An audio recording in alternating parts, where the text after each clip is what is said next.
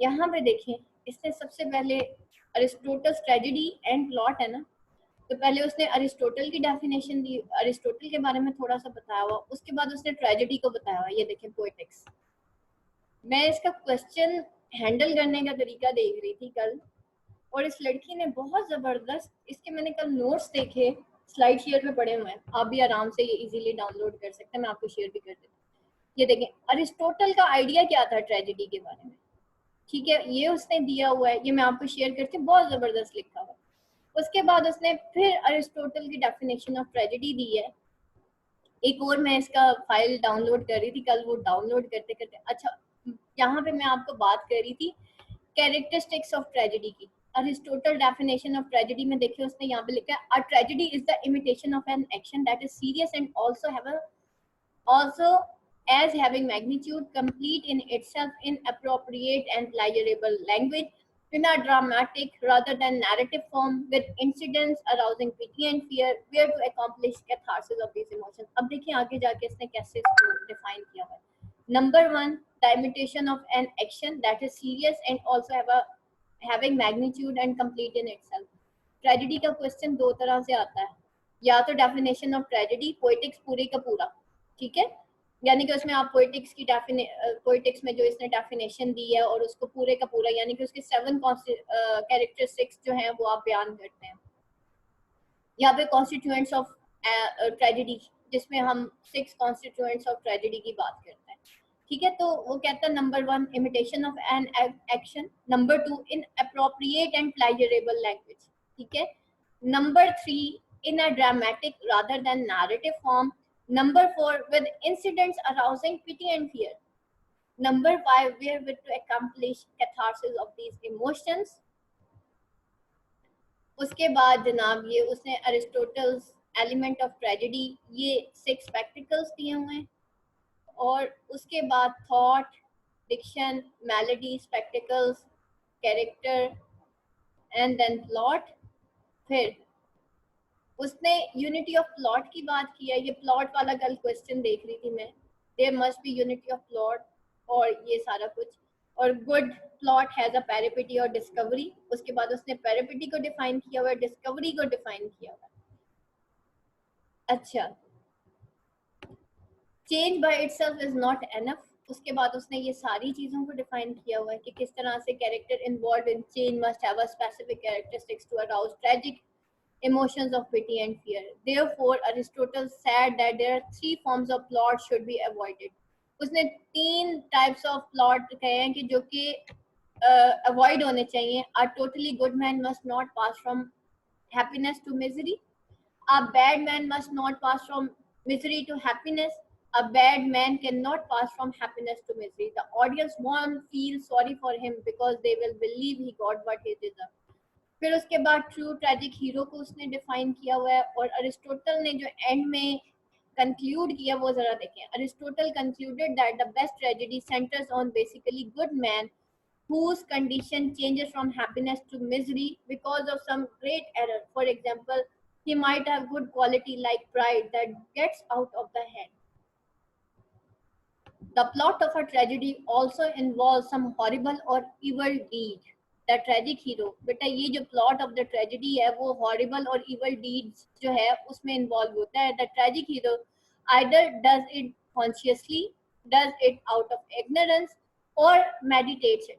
क्यों प्लॉट जो है उसको हम ये जो कैरेक्टर है वो ताबे होता है, वो जो ट्रेजिक हीरो होता है ना वो एक्चुअली जो है वो कॉन्शियसली या फिर इग्नोरेंस में या उसको मेडिटेट करता है उस प्लॉट को, make it easy for the deed to happen, for the audience to be horrified by evil deed. The evil has to be done to someone important to tragic hero, और audience के लिए to be horrified by evil deed, evil जो है उसको someone important होना चाहिए to tragic hero, और if the hero kills his enemy the deed won't seem so bad, और अगर हीरो जो है अपने एनिमी को किल कर देता तो शायद वो जो डीड है वो बैड नहीं होगी।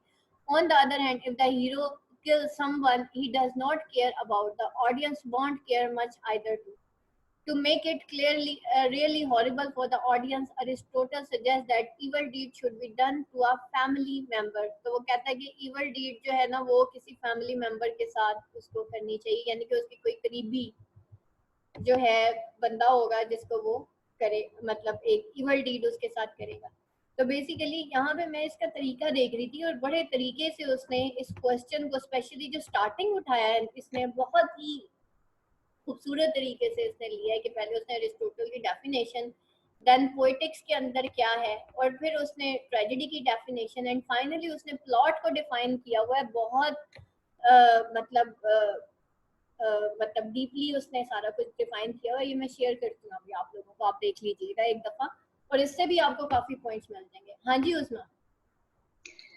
मैम इसमें क्रिटिसिज्म के पेपर में हेडिंग्स देना अलाउड होता है? हाँ, क्रिटिसिज्म में आप हेडिंग्स दे सकते हैं, लिंग्विस्टिक्स में भी दे सकते हैं, लेकिन बाकियों में मत दीजिएगा, ठीक है? और किसी का कोई क्वेश्चन? वैसे मेरा ख्याल है ना जाती ना ही तो ज्यादा बेहतर, वही ना हो आगे कोई ऐसा एग्जामिनर बैठा हो कह नहीं जी अलाउड ही नहीं है, तो आप ऐसी पढ़ जाइए जैसे हम पहले करते हैं ना वैसे ही कीजिएगा। अरिस्टोटल है तो यहाँ पे इधर अंडरलाइन कर दीजिएगा, पोएटिक्स है तो इधर अंडरलाइन कर दीजिएगा कि एक ही लाइन के अंदर आपका सारा ये पोएटिक्स जो है वो पता चले कि ये पैराग्राफ पोएटिक्स की लिखा है। फिर about Aristotle ideas about the tragedy, इसके बारे में लिखा हुआ है। तो ये सारी चीजें, इसको एक दफा पढ़िएगा जरूर आज ना, ये आपकी प्लॉट और ट्रेजेडी से रिलेटेड है और बहुत कंसाइज वे में लिखा हुआ है। स्पेशली ये देखें, ये जिस तरीके से इसने बड़े तरीके से उसने डेफिनेशन को एक्सप्लेन किया, मुझे ये तरीका बहुत अच्छा लगा। और जब आप कैरेक्टरिस्टिक्स वाला क्वेश्चन करेंगे ना तो आपने ऐसे ही इसको 7 में डिवाइड करना, ठीक है? 7 कैरेक्टरिस्टिक्स हैं और उसको आप 7 में डिवाइड करेंगे तो तब जाके आपका ये 7 कैरेक्टरिस्टिक्स और 6 कॉन्स्टिट्यूएंट्स वाला क्वेश्चन फिर आपका कंप्लीट होगा। Any question class? हाँ जी फातिमा। एक्सक्यूज मी हाँ मैम, आज आपने कौन सा क्वेश्चन पढ़ाया? मैं थोड़ी लेट हो गई थी। Plot and character their comparative importance, question number 4। हाँ, क्वेश्चन नंबर 4 पढ़ाया जो आपको नोट शेयर किए हैं, मान लें, ठीक है? और इन केस एक इंसान अल्लाह पे तवक्कल भी रखता है और उसकी वबाई मर्ज की वजह से डेथ होती है तो बेटा वो तो शहीद काउंट होता है, लेकिन तवक्कल अगर हमारा अल्लाह के ऊपर हुआ तो, ठीक है? बीमारी के ऊपर नहीं, अल्लाह के ऊपर।